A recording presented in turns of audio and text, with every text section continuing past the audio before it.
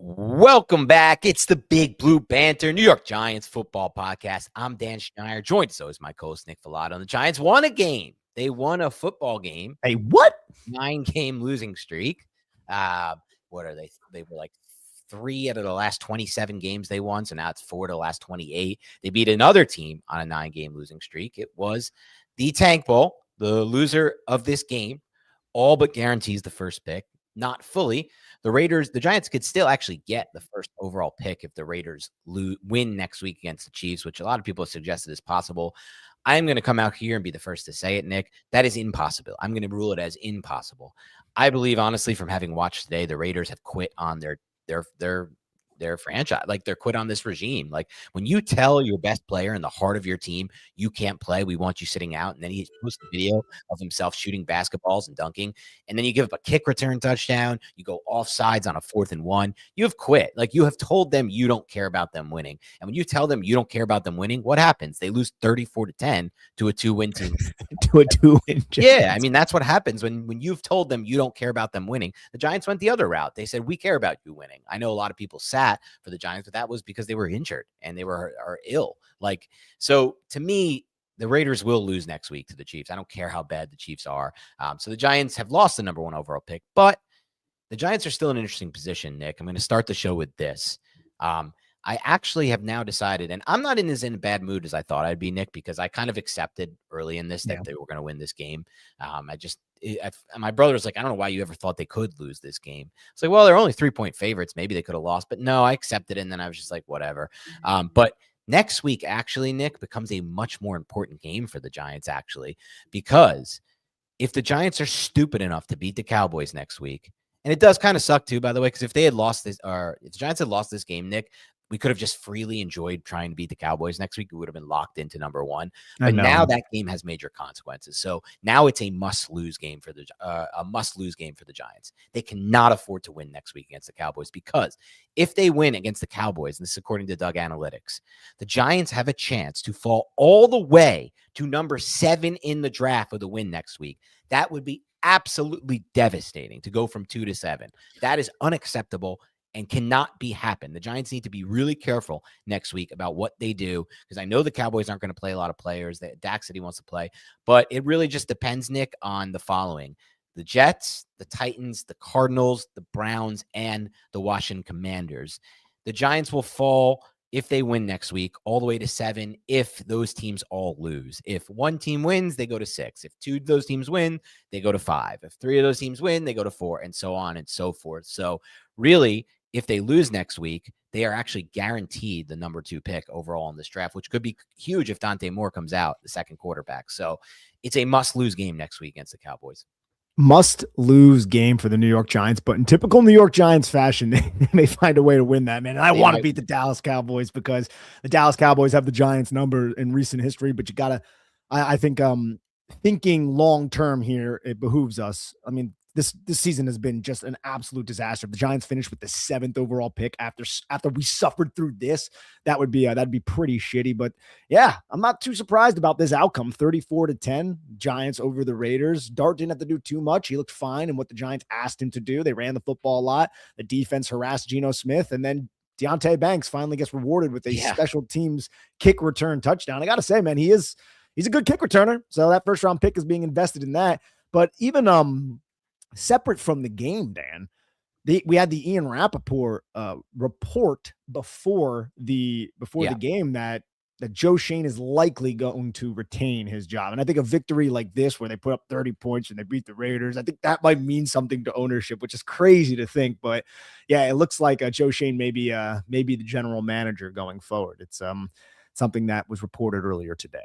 I think and I hope that situation is fluid, and the Giants are trying to get ahead of the head coach search, and in doing so, using Schoen for now to help them in that search, because he's someone who's been through a coaching search. He's a general manager with some experience versus just firing him. And then what are you going to do? Can you even, where are you at from a franchise standpoint? That's my hope. I hope that the Giants are not in a position, Nick, where they're saying, oh, a blowout win against the Raiders, now Joe Schoen deserves to keep his job. This win should have no bearing on Joe Schoen's future. This win should have no bearing on Mike Kafka's future. This win should have no bearing at all in any of the decisions they make. That's what they've done in the past. They've used these types of wins against teams that have quit, like the Raiders, to determine their future and their path in the future. And it's failed them. That's why they've been the most losing team since 2017 or whatever the stat is, because they've used games like this to determine their future. So I hope that's not the case, but I do think they're trying to get ahead of the head coaching search. And I'm not a sources guy, Nick. I've had sources that have failed me in the past. I've had sources that have been successful in the past. This is a unique source that I have currently because it's not actually a source.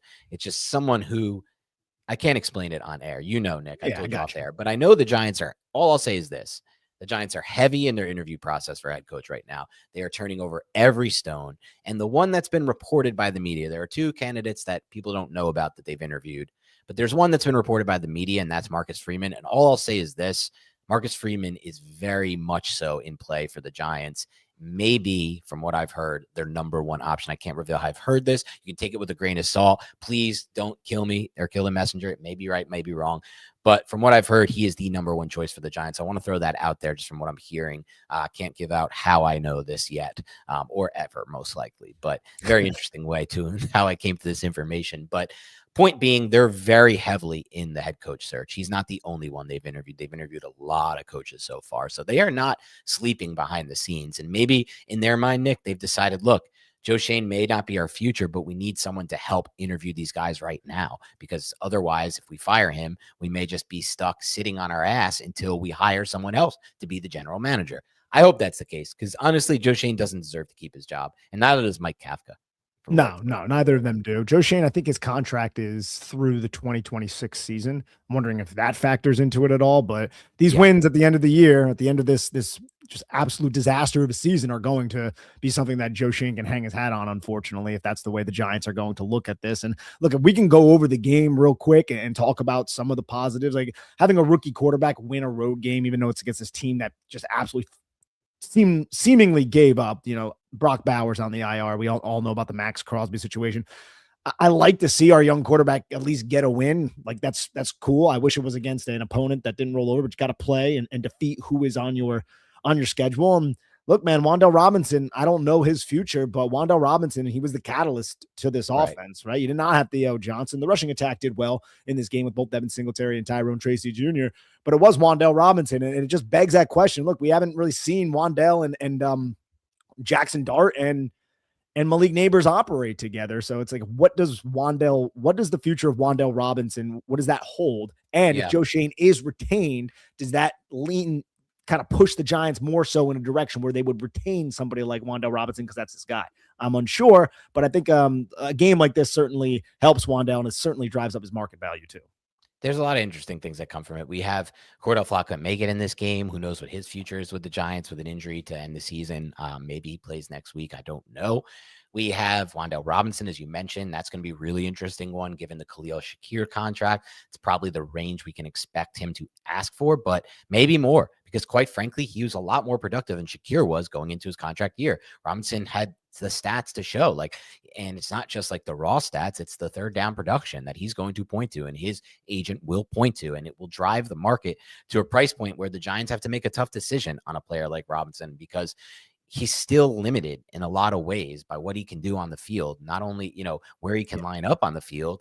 Can he help you from a blocking standpoint? Can he help you from a contested catch standpoint? Is he a red zone threat to you? He really hasn't been with the Giants at all.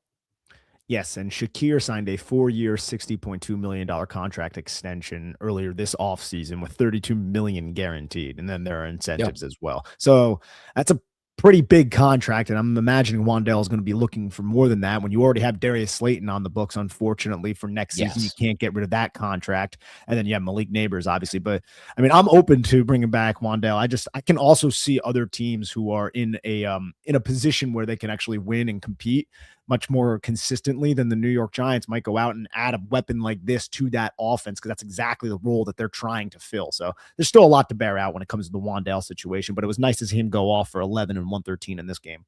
Yeah, and then a 90 and 9 for 90 in the first half was mostly really on those first few drives. But that's partially Kafka, man. Like, in that game, he played very conservatively. It just would kill you to run a play action on 1st and 10, man, after a first down. It's just insane. That red zone drive at the end really pissed me off. Luckily, Dart ran it in at the end, but I was really angry. Just let him throw the ball, man. Let's see what he's got. Know, right? Run a play act. It's just so gross to watch up 27-10 with nothing really on the line. Let him throw.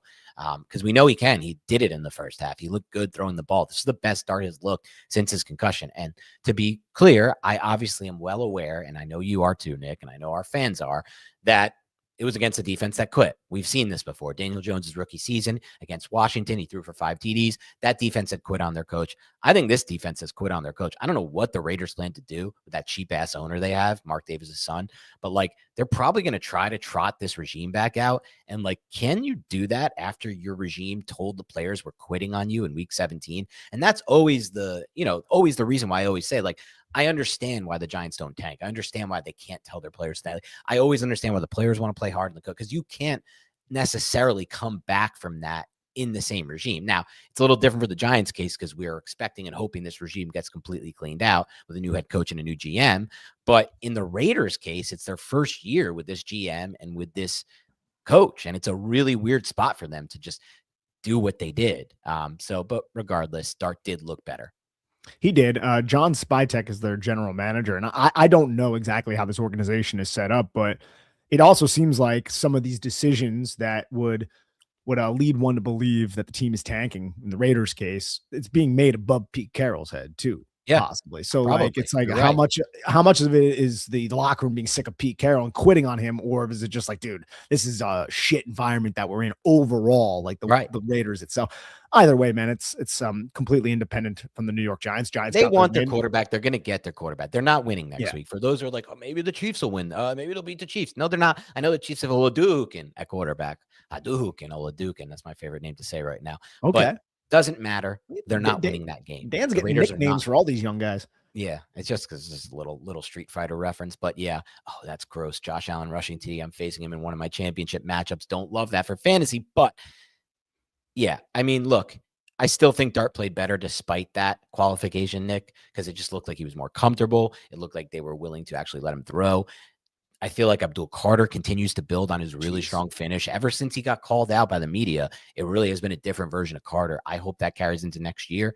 Obviously, Brian Burns, good to see him get more stats. That's great for him. He deserves them. He earned it. Banks had the kick return touchdown. That's not bad. I still have a small smidgen of hope that a new coaching staff can find something for Banks. A small, on defense, I mean, Nick, a small smidgen of hopes, because he's still a much better athlete, and at least versus a Hyatt and and Neal. At least with Banks, I have a small smidgen of hope. Well, because you can put him out there and he can stay in the hip pocket of somebody. Yeah, it's just, is he motivated enough to actually fit the run? You saw him today. There was a catch that I think Michael Mayer made, and you saw Deontay Banks plant and drive through and drive him into the ground. It looked like a physical tackle. He can do that. That was never his issue. His issue is when someone has momentum running towards him, he's like, I don't know if I really want to take, I don't want this I don't want that smoke. He doesn't want that smoke. But in games like this, man, he's still under contract and he still could be a valuable asset depending on where the Giants go defensively moving forward. But I think another conversation before we get into the defense and get into some super chats that we should discuss is also Marcus Bowe and Jermaine Oluminor, because that is a decision that the Giants are going to have to make. And you and I, we've been on the record saying that we want the Giants to bring back Jermaine Oluminor, even though he hasn't had the best end of the season, still wildly competent. And I've seen just such crap offensive line over the years. Marcus Bowe looked good in this game, and we'll confirm that and substantiate that on the All 22. But even with the false start penalties that Jermaine Oluminor commit that seem to be happening almost weekly at this point, I'm still, I believe in the camp that the Giants need to find a way to bring him back for next season. Yeah, it's going to be interesting. I want to take a deeper look. I'm with you. I don't want to take the risk of losing Oluminor and having to have a season that gets derailed by really bad right tackle play, for example, especially given the potential holes at right guard. Left guard, I think, will be okay with Runyon. I don't know. I don't love it, but right guard could be an issue if Greg Van Roten just wants to hang it up or just loses it. I'll say this. Bowe is somebody I want to take a look at on tape this week. That'll be my main focus when I watch this tape. Can he be somebody I can potentially trust if the Giants do decide to move on from Oluminor? Or at worst, is he someone I can be happy about as a swing tackle for us, Nick? Or maybe about possible option at guard if we do not go in the direction I hope in this offseason, which is massively aggressive. I'll say this. We'll see the tape, but felt like another game where not much of a drop off from JMS to Schlottmann. Hate to say it, but it's felt like that all year when Schlottmann has had a chance to play. And the reality of the situation is Schlottmann was not an invested in player. You don't have to do anything to get a Schlottmann type. And it may have been great scouting by the Giants, or it may have just been JMS was never really making a difference at center. He was playing better, but it's just that he was playing really bad his first few years. And then he got to okay average, and that's not good enough to be re-signed. And I know he's under contract, so it's not about that now. But just in general, when you look at the market, Nick, and if Linderbaum does hit this market, is that being entertained right now? Well, he's a free agent, but they might franchise tag him. You got to franchise tag him. He's way they too might. Good. Yeah. They might. And there's a lot of players who are good free agents right now who might be franchise tag. Braden Smith, Tyler Linderbaum. There's two linebackers that I got my eye on, Devin Lloyd and Quay Walker, in addition to Leo Chenal. I think one will break free. But if a player like Linderbaum ever hits free agency, the Giants have to make that decision. They can't be like, well, I like the progress JMS has made. No. JMS has a ceiling. It's capped. We've seen a lot of tape to know this. Linderbaum is a difference-making player for an offensive line. And if that's an opportunity, I want to look into that, Nick. So there's a lot going on in the O-line as we head to this offseason. Like, literally, dude, besides Andrew Thomas, we could see moving parts at the other four positions. I think Runyon would be safe, but probably. Yeah, I mean, it's probably a thing for sure. He's still under contract for another year, and I think he's competent enough to where the Giants won't look to move on from him. But yeah, there could be changes. We also just don't even know what offensive system the Giants are going to be running. We don't know what defense. We don't know any of that shit right now, and we'll learn it as time progresses. But going back to the game, the defense, man, like this is the height of the defense, and you knew it was going to happen against an offensive line that was starting Stone Forsythe, who couldn't even make the Giants 53-man roster back in training camp, who was here, right? So, like, I had a feeling this was going to be a big Brian Burns. He had, I think, a sack and a half. Abdul Carter game. He was all over the place as per usual. And then the turnovers were a welcomed sight, I guess you could say, because the Giants only had, 6 interceptions heading into this game. Carrick came away with one, and then Dane Belton did what he did back when he was an Iowa Hawkeye, just baited, and just clamped down on the ball. And that basically sealed the win at that point, even though the Giants were up by, I think, 17. It was good to see that. That was like some of the Belton we've, grown accustomed to, or just like hope to see. And at times he's flashed that. Obviously, Bobby Carrick with an amazing interception as well. He passed the clear off up and just went right underneath. It's crazy how it's like happening now in this like meaningless like game against a quit team. Like, where was that all year? We couldn't get one of those plays from Okereke when it mattered, or one of those. Like, it's just so weird that like this is the game where people start jumping passes and reading quarterbacks. And it is Geno, who's like totally cooked as an NFL quarterback. Obviously, like he's done. The Raiders will get the first pick and draft a quarterback there, but like still just odd how it's happening like that, Nick. Like in this timing of it, sucked to see Javon Holland get hurt. The Giants have a lot of money vested. I hope that's not a long-term thing. I hope he'll be ready for next year's camp. I assume he will. Newbin was on IR. We've had bad development on the Newbin front. We need a big third year from Newbin with a new system. That's a must, regardless of Belton and what happens there. So definitely some good news on the defense though, with Carter, with Brian Burns, and like players like Drew, like all around the line of scrimmage. You have Drew Phillips just being that, I would say, damn near close to being an excellent to elite run defender at a nickel, which is something that you need when you want to play some of these heavier teams who have 12 personnel like the pass out of it. You get a good sound tackling nickel back like Drew Phillips. If he can improve on his coverage, like that's one of the reasons why this is going to be such a fascinating hires. If the Giants do go defensive, there's a lot of ways that we can be like, there's a lot of defensive players here that I think if we get the right defensive mind, like the Giants got a Mike McDonald in here. I think there's so much to work with that we would be looking at the Tyler Newbins of the world and not be like, this guy's out of position, this guy's slow. He would be put in a position to be successful with the traits that he possessed back at Minnesota. So look, I want an offensive guy. I tend to want that when you have a young quarterback, but I'm open to all possibilities. And I do think a coach like a Mike McDonald would completely revamp the crappy nature of this defense and their inability to fit the run as well, even though the personnel still needs to be upgraded. But Darius Alexander had a good game here too. No, you're right, Nick, because there are so many examples we've seen over the course of, NFL history and just recent NFL history where, a great defensive coach and a great defensive mind can really change the opinion and the thought, let's just say like the general perception around a lot of these players on the defensive side of the ball. You're seeing it in a lot of spots. Like, just think about what the Vikings do. I thought it was really interesting today. I saw a story. I don't know if you saw this from Ben Gosling, where Byron Murphy just kind of talked about the Vikings defense and what Brian Flores is doing. And obviously, this doesn't pertain too much to the Giants because from what I'm hearing, Brian Flores is not even remotely in the mix for the Giants as head coach candidate. He's currently still, I think, has a lawsuit against the Giants, so they won't even consider him. But I just thought this was cool from an X and O standpoint on what Murphy said about Flores' defense. He said that Brian Flores' blitz is actually make the coverage structure simpler because it reduces the route tree that offenses can run. And he says, the ball comes out fast. And if it doesn't, they're going to take a deep shot. So you're trusting your D-line. We know the guys are going to get there. And if the ball's not out quick, you just get back to the fade. And that's basically what our defense is. And he basically, it's funny because a lot of people look at the Flores defense like, this is the most complicated thing. It's so awesome. Like, how could he do it? But it's actually really simple. And I kind of feel like in today's NFL, it works. Like if I was a DC, and Jim Leonard runs this, this is what I would run, Nick, and I think Vance Joseph does a good job because there's so many inexperienced quarterbacks. There's so many franchises who want to move on from quarterbacks fast. They put in the new guy at quarterback, and all these new guys at quarterbacks have a trouble with that simple defensive mindset that they use. And then you get the guys like Goff who are experienced but have no mobility and ability to create off structure. And those guys can't handle a Brian Flores type defense. So my hope is whoever does come in as Giants head coach or defensive coordinator kind of follows that plan of just simplify this shit, blitz the fuck out of them, and just make these quarterbacks make decisions fast. I'm right there with you, man. And I also just love watching it on tape. And I'll say this about Charlie Bolin. Look, we've been talking about it over the last 3 weeks or so.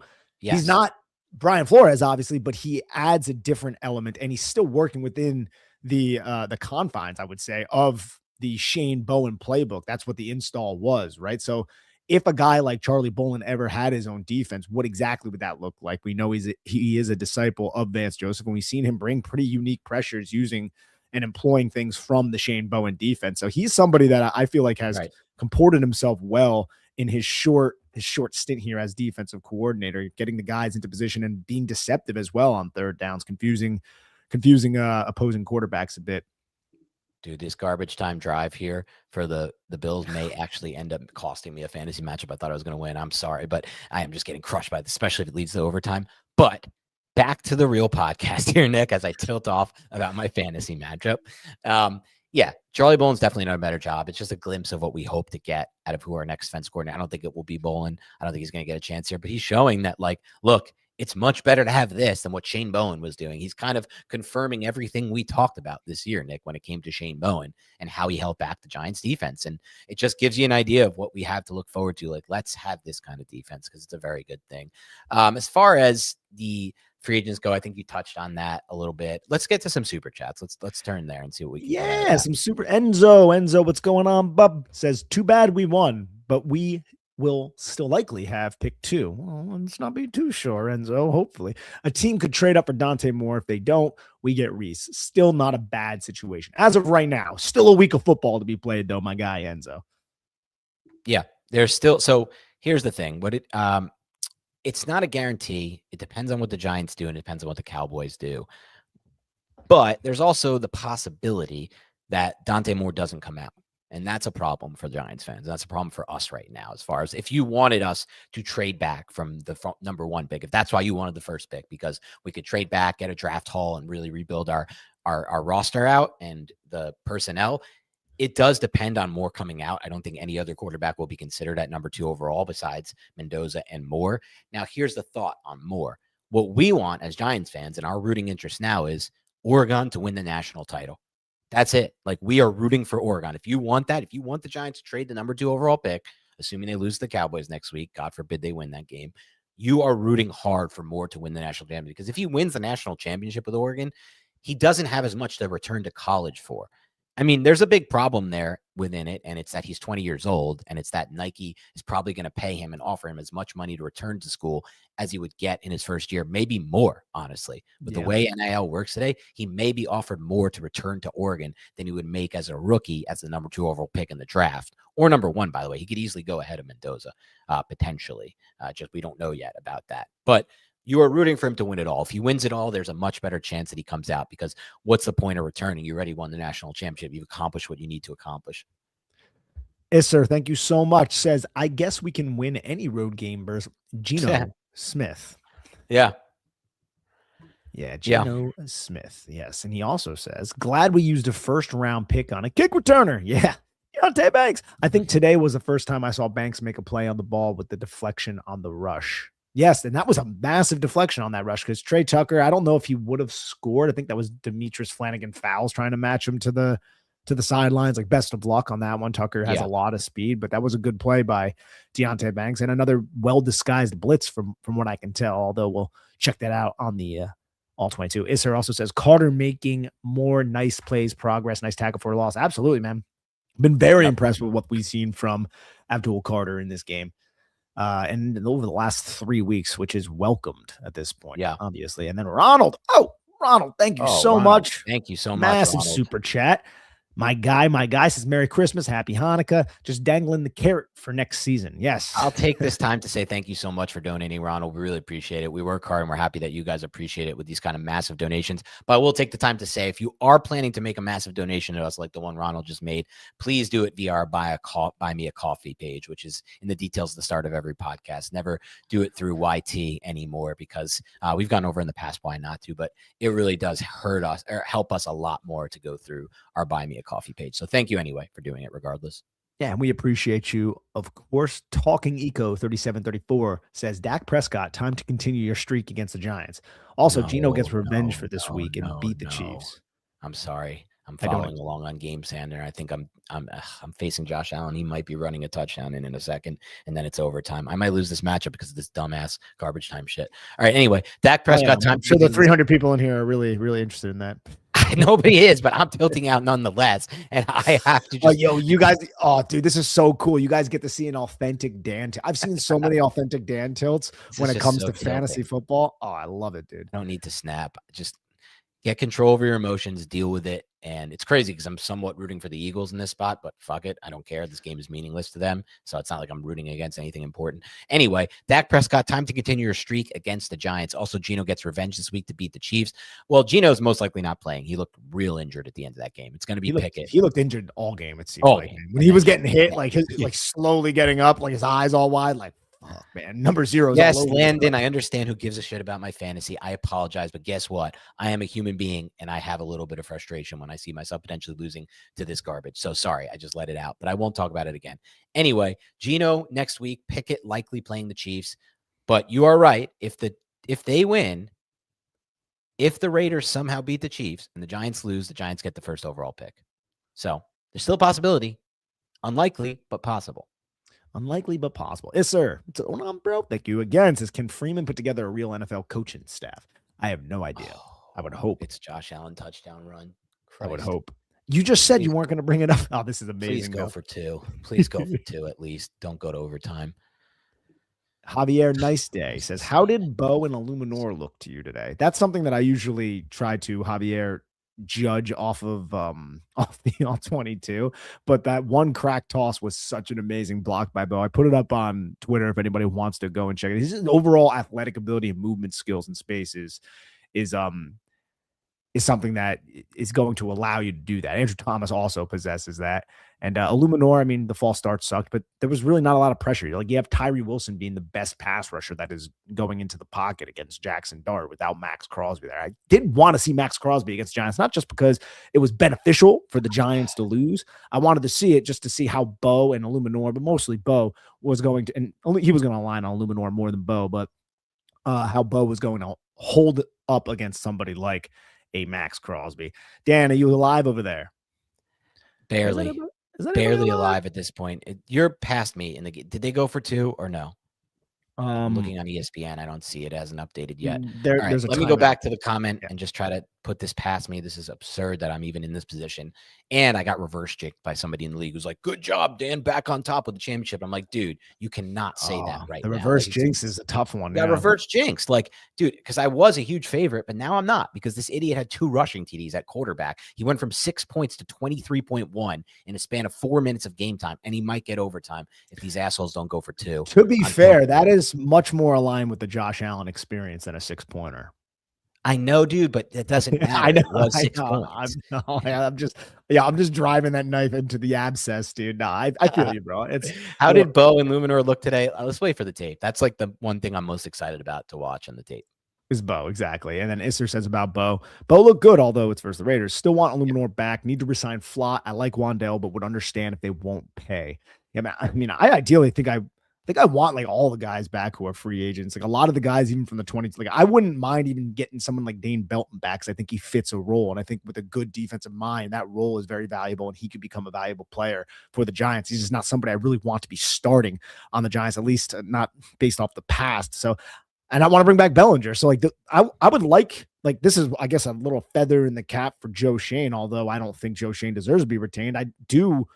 I would like the Giants to bring back some of those players or most of the players from the 2022 draft class, including a guy like Micah McFadden, who unfortunately we didn't get to see play all season. And that has to be at a significant discount. The only ones that I feel like would really cost the Giants a lot would be Wandale out of that group. Yes. Not including Kayvon, of course. Yes, I'm with you on that. Flott's a big one for me. I really like the way he's developed. He was always a player who I thought would take some time to develop. He's still insanely young, Cordell Flott. I would love to have him back on this football team. I couldn't agree more. And I think if the Giants don't bring back Cordell Flott, whoever signs Flott, it's going to be one of those signings that are going to go under the radar because their entire fan base will be like, who the hell's Cordell Flott, you know? And then he's going to go in there to be. And this end of the season, by the way, like you said, Nick, may benefit the Giants. Like the fact that he's ending the year injured is probably not good for his free agent value, which is a good thing for us, to be quite frank. Like we need we could take a bargain. And let's just, before we go to the next super chat, let's just put this one up from Tree Squirrel. He says, Pat Leonard just reported that Joe Schoen is coming back, or at least will be doing the draft.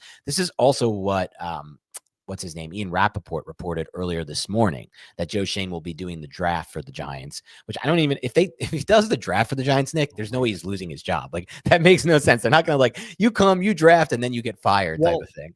Well, that's happened. The Bills did that with Doug Whaley. I think it was before. Yeah, I think it was before they hired Brandon Beane, ironically. They let Whaley do the last draft, I guess, because he put all the time into the draft.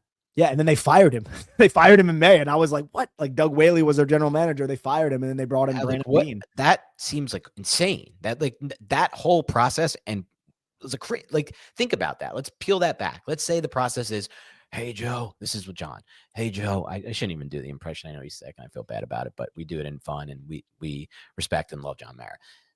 Hey Joe, you're gonna have a chance to do the draft. You put a lot of time to the draft this year, but depending on how you do in the draft, you may get fired. Like, how does that make any sense? Like, how is he going to evaluate if he should then get fired or not after the draft? Like, it doesn't, like, whatever they did with Doug Whaley, like, I guess if you keep it under wraps, it's one thing. If you're like, you're coming back no matter what, dude, go do the draft. But if you don't do it like that, and there is some hint of like, you're here for the draft, but who knows past then that doesn't put your franchise in the best position because you may be drafting differently as a GM, knowing that your job is on the line. And I don't even know how first of all, you're probably not going to trade back, right? Like, what do you care about the future? You're not even here for the future. The whole thing is wacky, honestly, very wacky. I hope that's not the case. But I'll say this as far as Leonard's report on him definitely coming back for the draft and, the report from Rappaport, I don't necessarily know if it's true or not.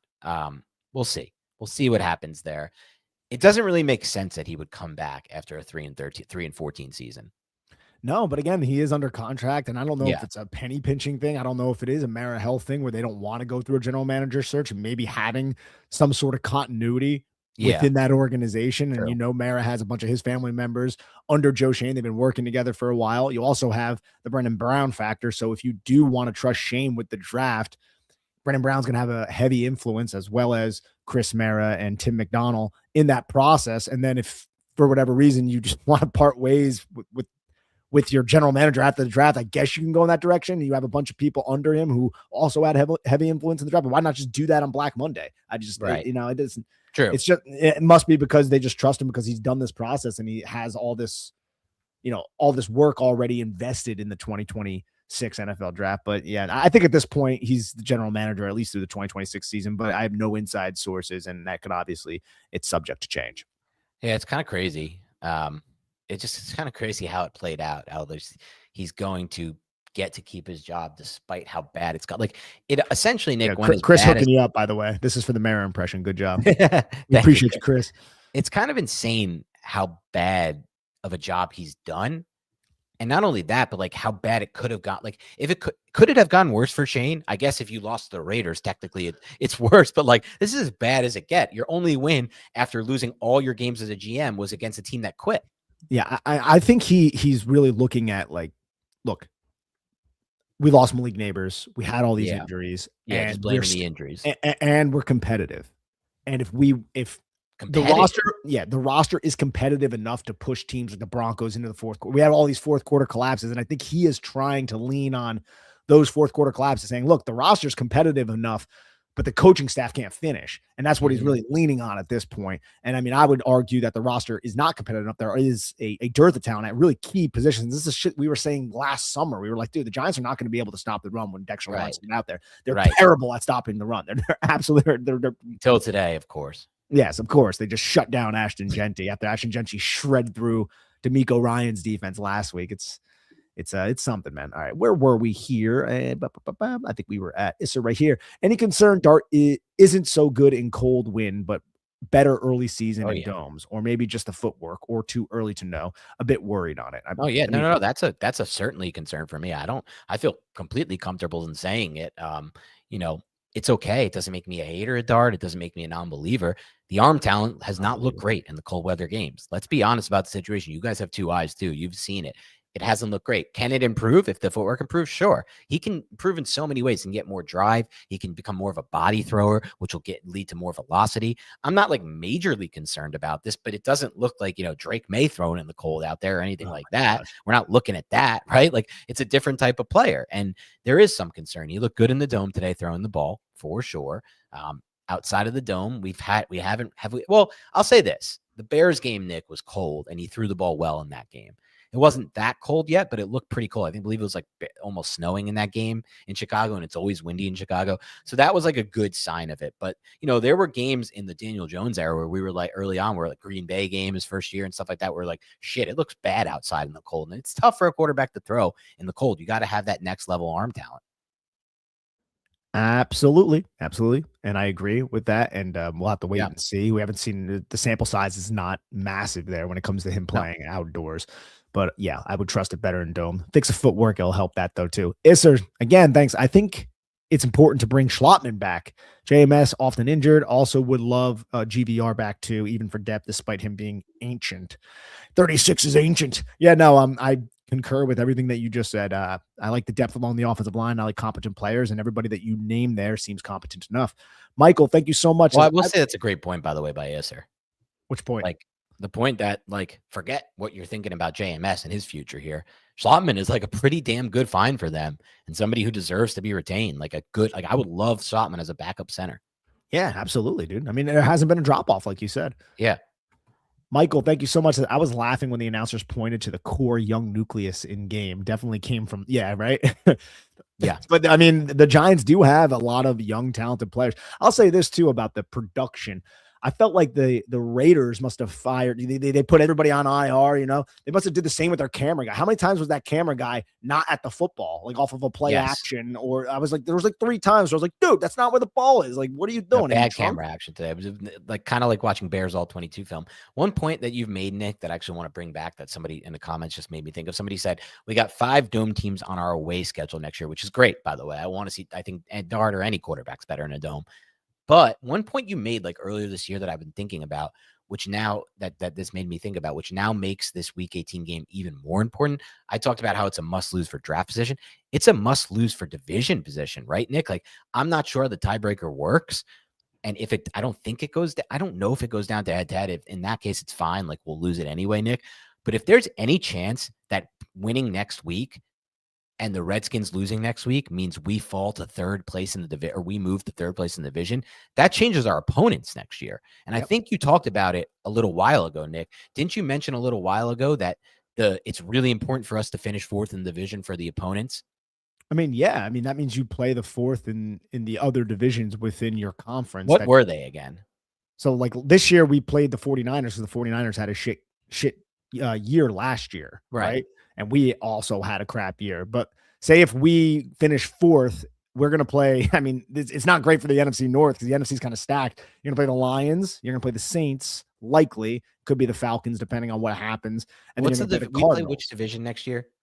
Next year, I don't have that off the top of my head, but somebody in the chat. Somebody in the comments tell us Giants opponents 2026. I'll find it because then we're going to face, because I know how to do it once we know the divisions we're facing next year.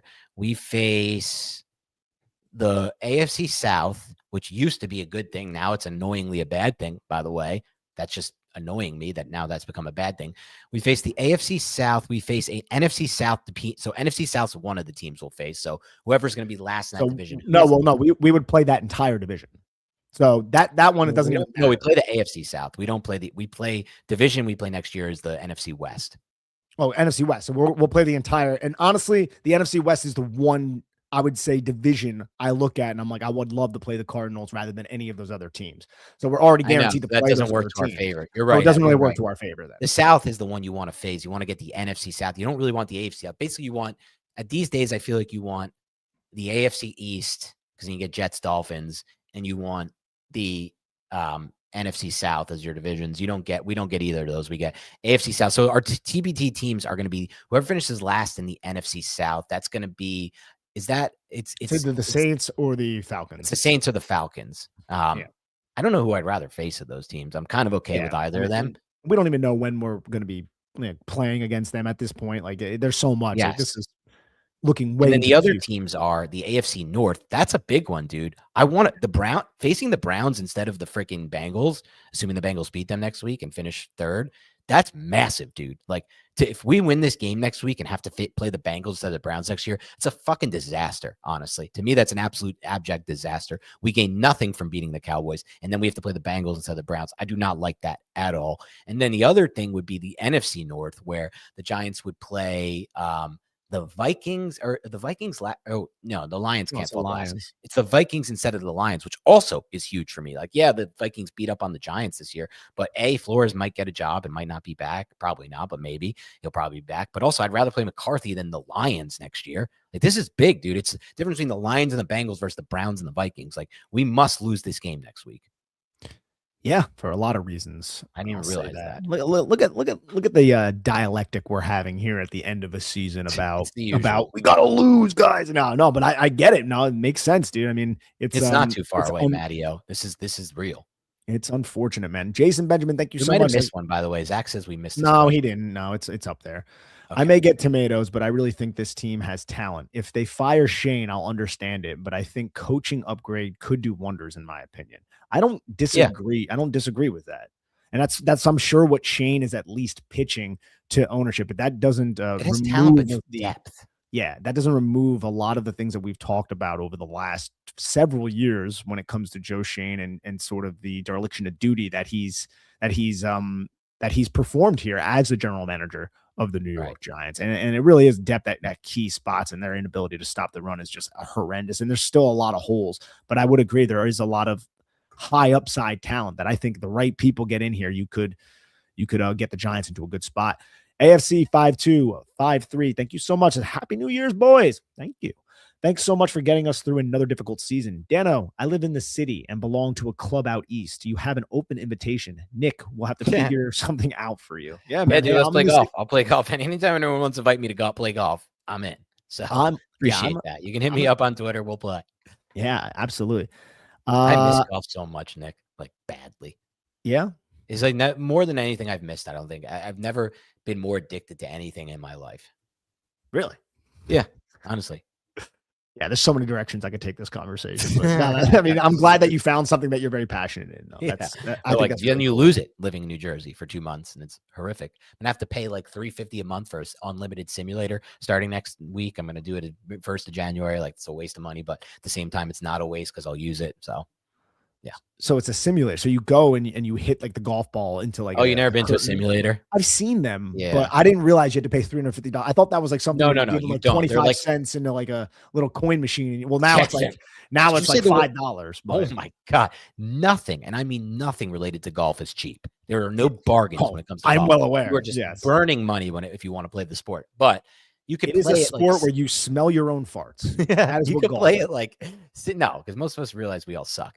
You could play it like for $60 a session, but like I want to potentially go unlimited so I can practice my game, which would cost like $350 a month by me, the one I looked up. So my guy John, what's going on? Says initial thought on AP as D coordinator. I mean, we'd have to look into his run with the Raiders. Yeah, this past year. But yeah. Yeah, That could be an interesting person, John. Yep. Appreciate you. Isser, thank you so much. You two never tank. Hope 2026 is much better. Thank Yeah, you, no, sir. Appreciate it. yes, we do appreciate you, Isser.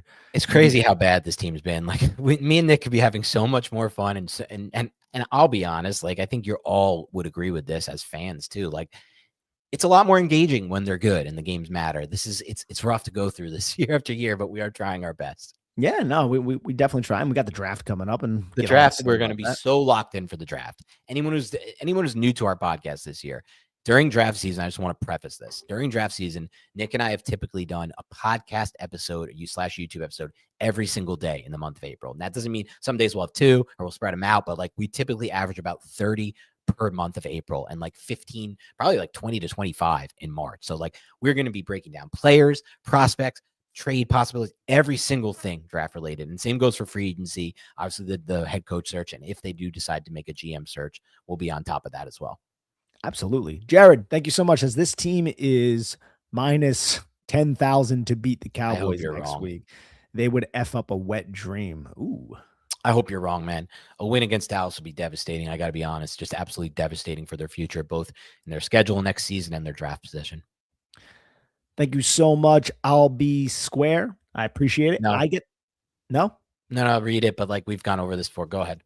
Oh, I get the frustration with winning, but what do you expect them to do? Sit everyone? The players are playing for jobs. I don't know who we are mad at. Yeah, no. We've explained this a million times, but we'll explain it again. We're not mad at the players. We expect them to play to win. The coaches coach to win. All we're saying is that we hope that the result will be different. We're not mad at anyone for the result. We're mad at the result. There's no why. We don't need a why. It's just the win doesn't help us is what we know because we've learned it by living it.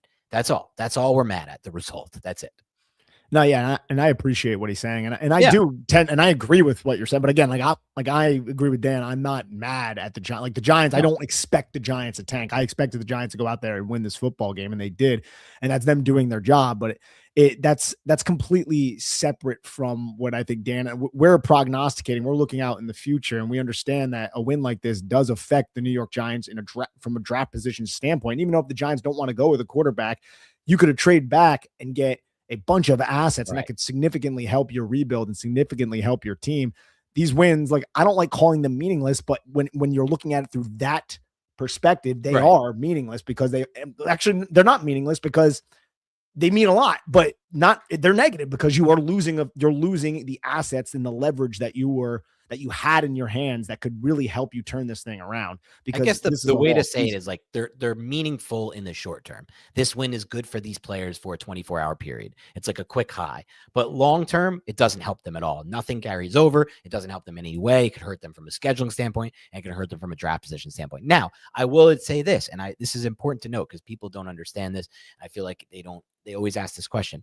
There is no guarantee that losing will help this franchise. So long term, there is no guarantee that a loss would have helped. It just gives you a better chance to help your franchise. There's no guarantee. I'm just hoping for the better chance. A win does not give them any kind of better chance to improve if it hurts their draft position and hurts their scheduling in the next week. Chris Martinez, thank you. Oh, yeah, we did this one. This is for the Mara impression. Love it. Thank you, Chris. Appreciate you. Zach says, hey, what's up, Zach? Says he's option to trade back, get more picks. So I'm just guessing, is that a draft question about yeah, there's still an option to trade back. If more comes out and it's a 2-quarterback class, that's our hope. Again, you're just hoping it becomes a 2-quarterback class. If it's a 2-quarterback class, we can trade back from 2, especially if it's a 2-quarterback class, Nick, which works to our favor, by the way. If the Raiders, when they get this first overall pick, are taking a quarterback. We know that, Nick. That's how life goes.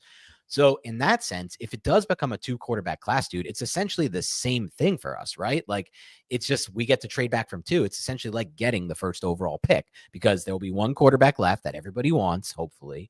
And that team will hopefully trade us a massive haul to come up and get them.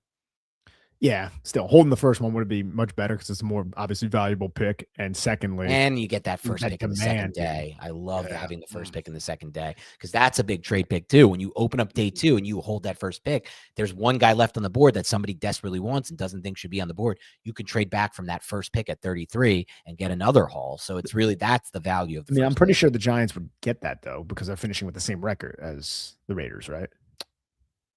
Well, no. No, the Raiders have 2 wins. Oh, okay. Yeah. Right. The Raiders Yeah. will have the full And they one need in to. every round. Oh, Yeah. ugh, I hate it Yeah. so much. Yeah. Alrighty. Where are we at? Yes, Dram Jr. 66. Thanks. Said happy holidays. You guys are always awesome. Can't wait to see what you do when we actually. Yes, neither can we. Neither can we, Dram. But we do appreciate you. Thank you. Greg, 1994. Bravo says, "What's up there, bup?" That's what I said. But he says, "Big culture win today. Shane needed this W. SMH. Shake my head." Brian Brown. He Yeah. did need this W, I guess. This should really have no effect on change job, but apparently we have to assume, I guess, that it does. Yeah. I'll say this, Nick. I'll be honest. Like the feeling in my stomach, the pit of watching this game was nothing like winning this game was nothing like the Patriots win in 2024. That one, because two reasons. One, we didn't have Dart at the time. That's the number one reason. We have Dart now. So it's not like winning this game meant we don't get the quarterback. We're not taking a quarterback or other. So that helps my feeling of winning this game. And two, because I was texting you a year and a half before that game, that I had a massive conviction on Drake May. I believed he was the next great thing. So, to me, winning that Patriots game in 2024, I knew it was the difference, because if they lost to the Patriots that game, the Patriots and Giants swap positions. The Giants draft Drake May at 3, and they don't have to trade or do anything. They just get May. And so, I knew it meant May or no May. So to me, that was just, I'll never get over that feeling of knowing we lost Drake May and all we had to do was lose that stupid game. This game didn't have that same kind of feeling for me. But dude, chicken cutlets, man. No chicken cutlets. It wasn't even him. It was just Mac Jones punting to us and throwing dumbass interceptions, and then their kicker missing a chip shot. It wasn't even DeVito. Everyone blames DeVito. You want to blame someone? Blame Wink. Blame Mac Jones. Blame all the idiots that made those games. Not DeVito, who makes one or two good throws a game. It's oh, DeVito did it. What the hell is wrong with you people? Remember that guy on WFAN who's DeVito was the long-term answer for the Giants. One of the dumbest takes in the history of sports. That take, literally one of the stupidest things I've ever read. Tay Banks, I think, had an interception in that game too, if I'm not mistaken. Look at Tay him. Banks did have an interception in that game. You're right. I think Mac Jones threw at least 2 interceptions in that game. Yeah, that was a rough one. Where are we? Brian says, "What is our number one need for next year?" I think line. I mean, I think there's plenty of needs. I think you need another wide receiver. Are we bringing back these offensive linemen? That's still a question. Yeah. Cornerback is still on my mind. Linebacker, certainly. Another defensive lineman, even though I would say Darius Alexander has played his way into being an intriguing asset going into his second year. But I still want somebody who can frickin' anchor down against the run and control the line of scrimmage. And I don't really know if that's Darius Alexander yet. So, but he's been providing juice as a pass rusher, had a sack in this game as well. So, I mean, you can kind of run down the list. There's still a lot that the Giants could use, but number one need, man, if the Giants could get a Fred Warner and just put it on their deep, that would make me feel nice. Oh, well, it's a good question. What's the number one need for the Giants? So it depends what you mean. Number one need just on pure needs, that could be linebacker. Number one need when you're factoring in positional importance, that could be, to me, something like you said, Nick, D tackle. That could really change our defense. Or guard, a really awesome guard who could come in, could really change our offensive line and the way we structure things. Or honestly, you could say a wide receiver who's Malik. If we hit the next Malik Neighbors in the draft, that could change how we move as an offense and what Dart's ceiling is as a quarterback. So there are positional importances that change needs. Again, if you find a Patrick Surtain in this draft, that changes everything, right? It's not our biggest need corner. Our biggest need is probably linebacker, or you could say guard, or, but that's just kind of how I look at it, Nick, the positions that matter more and how it impacts how we improve as a football team. Yes. Enzo, thank you so much. This team has talent, but our poorly assembled team. Yeah. And they're not well coached. They're not well prepared. And we've seen this, man. We've seen this all season, right? There's definitely talent, but the Giants, whenever they don't play as a unit, at least defensively, they haven't all season, right? That's why guys are chasing and abandoning their responsibilities in their lanes. There's 2 guys who actually know where to be and when to be there. It seems like Brian Burns is one of them. And then Dexter Lawrence does a good job. I felt like he had a much better game here. So that a stable foundation that can be bred by, I would say, a sound and competent coaching staff would significantly help this roster. And I think that's just, obvious, though. Chris, thank you so much. This Gettleman Judge happening all over again. Oh, the Gettleman Judge years. Pat C15, appreciate you said, "I'm mad that the Giants put me in the position of wanting them to lose. They are the Charlie Brown of the NFL." Yes. Yes. And look, I think that's a good perspective to have, though. People are like, oh, you're not fanning because you're on it. It's like, dude, the Giants do not give me anything to root for, right? I'm going to fan the way I want to. Why would I keep eating a shit sandwich? Like, if they're going to keep feeding me a shit sandwich, why am I going to be like, oh, thank you so much. I want to keep eating it when there's something better on the other side. And if the Giants could lose after doing that same exact thing all year, I would rather have that better thing on the other side and just accept the loss in a lost season. I mean, that's the way I would look at that specific thing. But and everyone can fan the way they want to fan. But I agree though, Pat C. Where we at? AFC 5253. Thank you. For any organization, it's always better to have a higher draft choice. As fans, we understand that. I'm sure the front office also understands that. We may be a lot of things, but we don't tank. No, we do not tank. And then Isser says, here is hoping the Ravens say nevermore to Harbaugh and he comes to the New York Giants. That is my hope. Yeah, that's what a lot of people are. But not less likely now because the Browns beat the Steelers, which was an epic. I'm so angry about that game. I bet the Steelers. I think Ian O'Connor, and I think it was Ian. I think it was Ian. I think it was Ian O'Connor. That is such a fish bet, by the way. Such a fish bet. Said the loser of that game is going to be the Giants head coach, whether it's Mike Tomlin or John Harbaugh. Like he was like saying it kind of like tongue in cheek, but he's somebody who's plugged in. Yeah, that's interesting. That's only I think if I think what I interpret from that is if the team parts ways with that coach, that will be the number one coach on the Giants. I think that's fair. You know what's interesting? Like it's so weird. Like so the Ravens kind of not luck, but like now the Ravens have a chance to win that division and make the playoffs. Also, the grossest thing that's happening in the NFL right now is the Bucs, who have looked like the most piece of shit team I've seen, losing to the Saints to kill me in Survivor, losing to a Dolphins team today with Quinn Ewers. They still get a chance to make the playoffs next week. How pathetic is that? It's pretty pathetic. And like, all they have to do is win. Like it's so pathetic that they're still in it. And then here's our last super chat. Frank, thank you so much. Actually, no, we got one more that just came in. Frank, thank you so much. How did Marcus Bowe look? Confident in letting Luminor walk so we could spend money elsewhere? Yeah, Frank, we talked about this. Yeah, we're going to wait for the tape. Off broadcast, it seemed fine, but there's so much that we have to glean from the tape.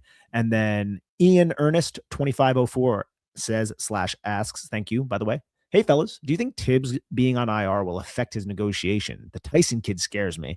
Frustrating that Vichin win from an advantage at the beginning of Dave's era to now. Fire Shane. I'm not sure about that last part, but when it comes to Thibodeau, I mean, I'm sure that the Giants will try to leverage that. I don't know how much he'll accept that, and he's going to have options. And I have to imagine that Kayvon Thibodeau is going to free agency. I don't think he's going to re-sign with the Giants. I think he would probably test that market and bet on himself next year and try to be healthy and put up the numbers that we saw over those last 3 weeks, which begs an interesting question that we'll probably talk about this offseason. And if he is in this last year and the Giants don't think they could retain him, do the Giants explore trading him while he's on the last year of his contract? I think that's something that we'll probably discuss through the offseason. Interesting. I like Thibodeau. I like him a lot. Like I'm not saying the Giants should do that, but that's certainly something that they should at least explore if they don't think he'll come back. And you don't just want him to walk, even though the Giants would get something from the compensatory pick if they don't spend in free agency that respective year. I mean, look, the reality of the situation is when it comes to like that decision, like should the Giants get basically what it would be scraps, in my opinion, for Thibodeau, like it won't be anything that helps them until the future, is this. The Bears this year went from last in their division to first. 20 in the last 23 seasons. In 20 of the last 23 seasons, the team has gone from last to first in a division. Like this is the NFL, dude. Like shit happens. Like the Giants could turn this thing around. And if they do, Kayvon will be part of the solution. Like we'll be so much mad if they actually become good next year. And then we get this third round, a future 2 and a 3 for Kayvon. And then we could have just had Kayvon playing on our team. And now we're a worse team, but we have this 2 and 3 to look forward to. Like, I just don't want to do anything like that at all. You don't trust Joe Shane will nail that 2 and 3? What's up with you? No. He's been really bad in the 2 and 3 range, right? Like, do we have anything? We have Newbin, horrific so far. Well, Wandale, you could say. I guess that's a hit. I don't know. If we're not even sure we want to re-sign him, Nick, that's not a hit to me. It's whatever. Flott is probably what I would consider maybe his best from a value standpoint, I guess. Azudu, total bust.